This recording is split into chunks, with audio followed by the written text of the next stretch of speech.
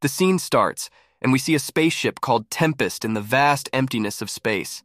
Inside the ship, Commander John Virgil is present. Commander John Virgil finds himself in a desperate situation as he endeavors to transport a vital serum to his home colony, currently ravaged by the Alicia C virus. His wife and young son are present in the colony at the heart of the crisis. He watches a video disc, which contains a recording of his wife and kid, while in the control room. His wife, Corinne Virgil, is talking about the colony and the spread of the virus and tells him not to worry. She tells him that there have been deaths, but both she and their son are fine. She informs him that 8 more colonists were quarantined yesterday. Then his son, John Virgil Jr., comes to his mother in the video, and he greets his father. He asks him to take care of the marble that he has given him for good luck. He asks him to keep it shiny, and Virgil has the marble in his hand, and he cleans it. The rest of the crew arrives there, and one of them comments that he is watching the video again, showing that he often watches the disc and misses his family. The man known as Captain Parker reminds him that the disc is only good for up to 10,000 plays. Governor Mudry asks him how much longer it will take to reach the colony. He tells her that they started deceleration about 2 hours ago and will drop out of the space matrix in 10 seconds. Dr. Vasquez says that the new ships can make this trip in half the time. Captain Parker says that the Tempest is such an old wreck that it'll be so amazing if they make it at all. Governor Mudry replies that it was the best Earth could spare. They start to prepare for the Matrix exit. Captain Parker and Virgil both check the consoles, but suddenly there's a warning that they are in a gravitational field. Governor Mudry asks what's wrong, and Virgil tells her that they left the space matrix early and within the gravity well of a planet, meaning that the ship will now be pulled towards the planet, and firing the engines will not be sufficient for reaching the gravitational escape velocity of this particular planet. Captain Parker tells Dr. Vasquez to get to the escape pod, but he insists that Governor Mudry should go. Virgil gets to Dr. Vasquez, hands him a package, and says that Governor Mudry can't save the colony from the virus, but Dr. Vasquez can. He gets Dr. Vasquez to the escape pod and tells him to get the serum to the colony, or else 6.5 million people die. He then asks him to save his family before putting him in the escape pod with the cure. During this mission, Virgil's ship seemingly gets tugged by the gravity of a gas giant. Tragedy strikes and the spaceship crashes on a rocky world. Dr. Vasquez awakens the passed-out Virgil and he asks about Captain Parker. Dr. Vasquez tells Virgil that Captain Parker is unconscious and possibly has suffered a concussion or subdural hematoma. Virgil finds Captain Parker's hat and puts it back on his head. The control voice says that their engines are overloading, and Virgil says that they will have to turn them off. The gravity escape velocity for this planet is too big for the engines of the Tempest to have any significant effect. Virgil opens 2 hatches and tells Dr. Vasquez that the energy flow has to be cut to both chambers simultaneously. He tells Dr. Vasquez that there will be a switch marked as overrun. They locate it and trigger it at the same time. Virgil comments that they should be dead by this impact and asks Dr. Vasquez why he is there and not in the escape pod headed toward the colony. Dr. Vasquez tells him that the pod failed to launch and there is some fire in the cabin. Virgil takes the fire extinguisher and puts out the fire. He tells Dr. Vasquez to look after Captain Parker. Governor Mudry asks Virgil if they have crashed, and he says that they came in the gravity well of Leviathan, which is a known gas giant. They should have been crushed by its gravity, but something is not adding up and things aren't as we expect them to be. When the Governor Mudry asks how could this happen, Virgil tells her that the ship was overtaxed and the engine power wasn't enough for the immense gravity. Governor Mudry suggests that perhaps they are adrift, but Virgil tells her that such is not the case as they have landed somewhere. This is why they feel gravity. Governor Mudry says that they even had gravity before the crash. Virgil replies that it was because they had a gravity generator. He looks in the pod and finds the cure there and sighs of relief. They hear some voices and notice something moving. Governor Mudry asks if it is possible that a search team could find them so quickly. Virgil says that it is not possible as communication and sensor arrays must have collapsed during the crash. He then sees Captain Parker waking up and asks Dr. Vasquez how he is. Dr. Vasquez tells him that he has a sprained ankle and internal bleeding. Waking up, Captain Parker asks if his hat is on, and Virgil says that it never came off. Captain Parker sees Dr. Vasquez and asks what he is doing there. Virgil informs him that the escape pod failed. Captain Parker asks him what is the status, and Virgil tells him that the engines are off and so is life support. It looks like fire suppression did its job.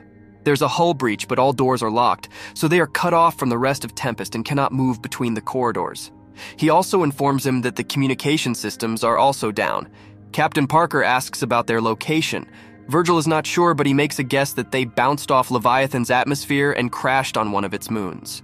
Captain says that the chances of that happening are very low, and Virgil comments that they somehow got lucky. Captain Parker is in pain, so Dr. Vasquez injects him with some painkillers and sedatives, and he passes out again, but tells Virgil to get a message to Corinne. Governor Mudry comments that it hardly seems their priority should be to get a message to his wife, but he tells her that it is their priority because she's the head of the colony's search and rescue team. He then tells her that he is going outside in his spacesuit to see where they are. He shows her a button and tells her to press it if she wants to talk to him. He then goes to the airlock and prepares to head out. Virgil is getting into a spacesuit to go out, and Dr. Vasquez arrives there and tells him that Captain Parker is getting worse. There's not a lot he can do about the head injury. Without surgery, the pressure inside his skull will continue to build. Virgil asks how long he has. Dr. Vasquez informs him that if he moves as little as possible, then he has 48 hours at max. Dr. Vasquez asks Virgil if he and Captain Parker served together. He says that not only did they fight together, they also lost. Virgil is disheartened over the fact that after all this, they had to go and beg for the cure. Dr. Vasquez says that Earth sent him, and he is the best epidemiologist on Earth. Virgil says that he is sent in case the new colonial governor Mudry gets sick, so he can protect her. Dr. Vasquez says that Virgil's thinking is extremely cynical. Virgil says that if being honest, if their colony is destroyed by any enemy or this plague, then Earth will fall to a new colonizer. So their generosity is not an act of philanthropy, but an act of desperation and need. Virgil gets dressed completely, and Dr. Vasquez returns inside to Governor Mudry. On the comms, Virgil tells Dr. Vasquez to not attempt to rescue him if something goes wrong. He says that they still have 2 or 3 days of life support left on the ship, and maybe Corinne will find them until then. Dr. Vasquez asks what can happen to him out there, but Virgil has no idea as he doesn't know where they are. While assessing the situation outside out of nowhere, he is attacked by a spider-like creature. Panicked, Virgil quickly gets back into the airlock, and we see 2 of the spider creatures make their way inside the Tempest. We see Virgil waking up in a hospital surrounded by his wife and son, praising him for the brave act and celebrating him for his heroic act and being able to save the whole colony by delivering the antiviral medicine. But this is short-lived, and he wakes up in the ship, seemingly hallucinating his hospital moments with his family. While he was passed out, Governor Mudry was also bitten by this enigmatic spider-like creature, leading to a series of hallucinations that blur the line between reality and fantasy for her. They aren't separating the spider from her because they assessed that it has control over her vital organs, and separating it from her would mean she won't be able to survive.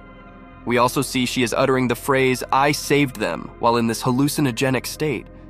Soon after he starts grappling with an inability to distinguish what is real, Commander Virgil finds himself caught between 2 distinct realities. The precarious nature of their circumstances adds layers of complexity to the unfolding narrative, as Virgil navigates the challenges in his quest to save his home colony. Virgil finds himself oscillating between 2 contrasting realities. In the bad reality, he and his crew are stranded on this moon, struggling to survive. After an attempt to restart the engines and not being able to do so, they decide to fire a distress beacon in space. The beacon reveals that they are in the interior of a living being that hosts these spider-like creatures.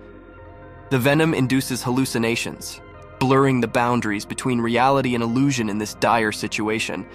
Conversely, the good reality portrays Virgil as a hero with his family, having successfully delivered the serum. However, the crew, including Virgil, is undergoing treatment for Alicia C, a virus that causes hallucinations. Despite the apparent happiness in this good reality, the persistent effects of the virus add a layer of complexity to Virgil's perception, challenging his grasp on what is truly happening around him. The narrative unfolds as Virgil grapples with the dual nature of these divergent experiences and the consequences of the challenges he faces in both realms. In each reality, Virgil perceives the other as a hallucination and is cautioned by the captain about the potential fatal consequences if he doesn't resist the allure of the false reality. As the narratives intertwine, Virgil faces a crucial decision.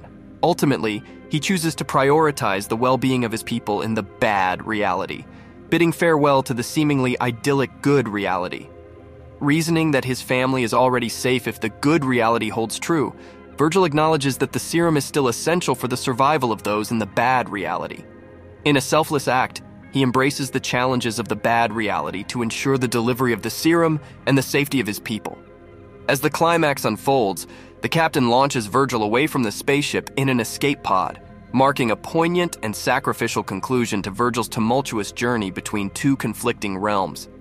As Virgil hurtles towards the colony in the escape pod, he establishes contact with his wife once he is out of the communication void, hyped by the belief that he is successfully navigating a path to save both the crew and the colony.